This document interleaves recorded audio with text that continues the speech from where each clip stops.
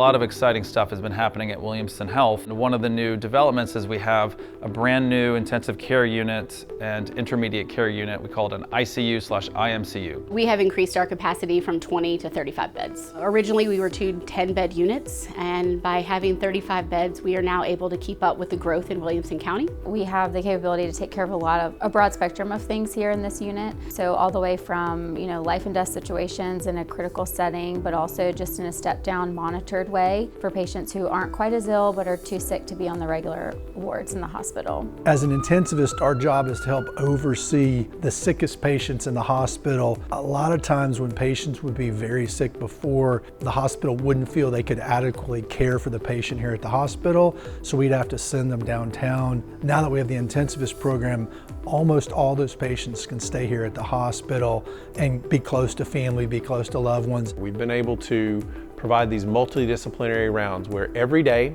it's both myself, the intensive care provider, the bedside nurse, the respiratory therapist, the clinical pharmacist that's in charge of the ICU, everybody standing together and discussing each patient individually so that we can come up with that streamlined care plan, everybody on the same page, and taking care of these patients that are very complicated in the best way possible. A big advantage of the new ICU is that we have all the rooms on one floor and we have a central office, and so the nurses always know where we are. We don't have to run up and down stairs to see a sick patient. It's just walk around the corner. You bond with the families and the caregivers. It's a very important time for everybody in that patient's life, and so we're able to really be a big part of that experience and hopefully have a good outcome.